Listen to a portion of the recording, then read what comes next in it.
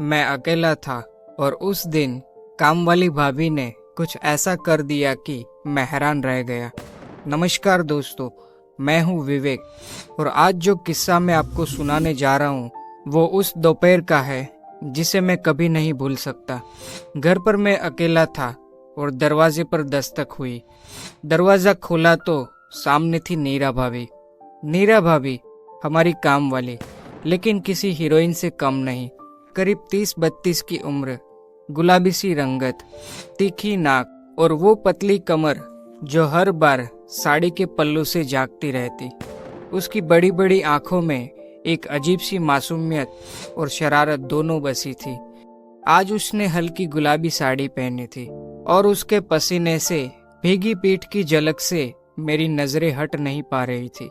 मैंने पूछा, भाभी इतनी गर्मी में कैसे काम करोगी? वो मुस्कुरा के बोली, गर्मी तो तभी लगेगी जब कोई जलाएगा। तुम तो जलाने में माहिर लगते हो। उसका ये जवाब मेरे सीने तक उतर गया। मैंने चाय बनाने का बहाना किया और कहा, आज तो आप बैठ जाओ, काम मैं करवा लूंगा, पहले ठंडी चाय पी लो। भाभी ने आंखों में आंखें डालते हुए कहा, आज कोई घर पर है नहीं तो क्या मैं कुछ देर तुम्हारे पास बैठ सकती हूँ?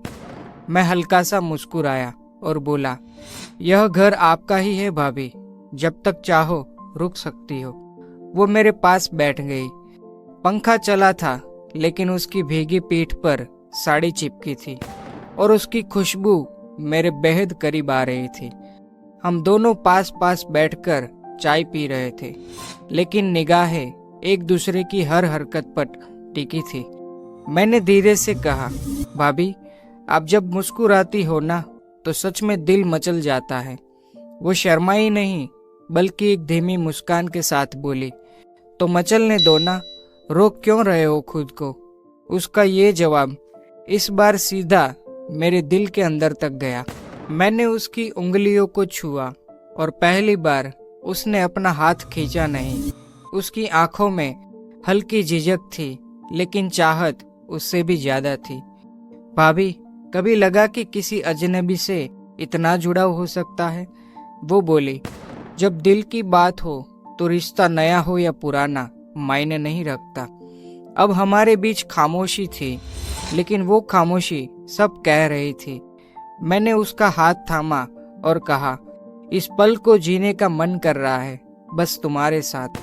वो कुछ नहीं बोली, बस अपने चेहरे को मेरे पास ले आई और उस पल में सब कुछ रुक सा गया। लेकिन तभी मोबाइल बजा और वो चौंक गई। वो जल्दी से उठी और बोली, शायद ये पल अधूरा था, लेकिन तुमने मुझे फिर से एक औरत होने का एहसास दिलाया। मैंने उसकी आंखों में देखा और कहा, अधूरे पल कभी कभी सबसे गहरे होते हैं और तुम्हारे साथ बिताया हर पल मेरे लिए खास है। वो मुस्कुराई और जाते जाते बोली, कल शायद फिर अकेली आऊं अगर तुम चाहो तो। दोस्तों, जिंदगी में कुछ पल ऐसे होते हैं जो भले ही अधूरे हो लेकिन हमेशा के लिए दिल में बस जाते हैं। नीरा भाभी उस दिन चली तो गई, लेकिन एक एहसास छोड़ गई।